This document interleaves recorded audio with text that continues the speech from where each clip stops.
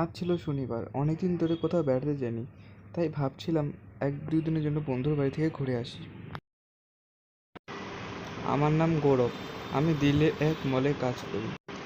আমার বন্ধুর বাড়ি যাওয়ার পথে আমার সাথে এত ঘটনা ঘটবে আমি ভাবতে পারিনি। সর্বপ্রথমে আমি দিল্লি রেলওয়ে স্টেশনে এলাম, তারপরে আমি প্ল্যাটফর্মে প্রবেশ করলাম। তারপরে আমি প্ল্যাটফর্মে গিয়ে দেখি 3 নম্বর প্ল্যাটফর্মে আমার ট্রেন দিয়ে দিয়েছে। তারপরে আমি ট্রেনে উঠলাম।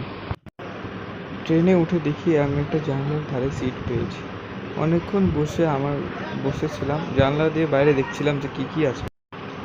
আমার সেই সিটটার থেকে প্ল্যাটফর্মে সব কিছু খুব ভালোভাবে দেখা যাচ্ছিল। আমার একা একা বসে থাকতে খুব বোরিং লাগছিল। তখনই আমার এক কো প্যাসেঞ্জার আমার সামনের সিটে আসে বসে।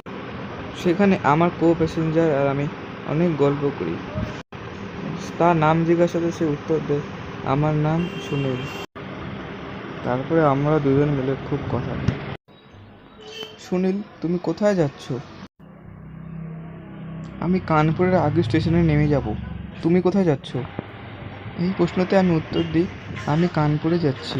তারপরে আমার বাইরের জানলার দিকে আমি দেখি একটা চোর একটা লোকের মোবাইল নিয়ে সেখান থেকে পালিয়ে যায় এবং লোকটা সেখানে কাঁদতে থাকে। তখনই ট্রেনটা ছেড়ে দিল, তাই আমরা আর কিছু করতে পারলাম না। তারপরে আমাদের ট্রেনটা ফাঁকা মারতে যেতে থাকলো। আমি কানপুরে পৌঁছে একটা মেয়েকে জিজ্ঞাসা করলাম যে বাইরে বেরোর রাস্তা কোথায়। আমি কানপুরে অনেকদিন পরে এসেছি, তাই আমি ভুলে গিয়েছি যে বাইরে বেরোনোর রাস্তাটা কোন দিকে। তারপরে সেই মেয়েটা আমাকে উত্তর দিল। তারপরে আমি সেই বলা অ্যাড্রেসে গেলাম। গিয়ে দেখলাম সে একটা ফাঁকা নির্জন জায়গা স্টেশনের। আমি সেখানে গিয়ে ওই মেয়েটাকে দেখতে পাই। তারপরে মেয়েটাকে জিজ্ঞাসা করি, এটা কোন জায়গা?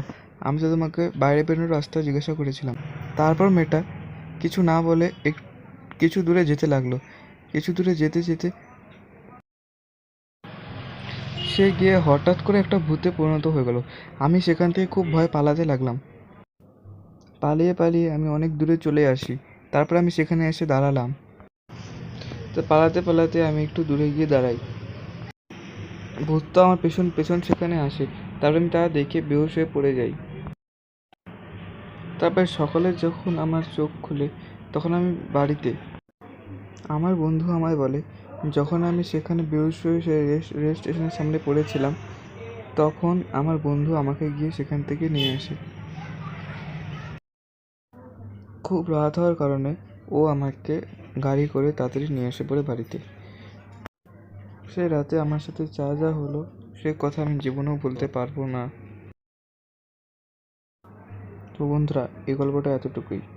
এই ভিডিও যদি ভালো লাগে তাহলে লাইক, সাবস্ক্রাইব অ্যান্ড শেয়ার করে দিও আর নতুন নতুন ভিডিও পাওয়ার জন্য সবার আগে। তো বন্ধুরা, নেক্সট ভিডিও না যতদিন আসে ততদিন তোমরা সবাই ভালো থেকো, সুস্থ থেকো, আনন্দে থেকো। তো বন্ধুরা, যতদিন ধরে না নেক্সট ভিডিও আসছে ততদিন ধরে tata, bye bye, good bye.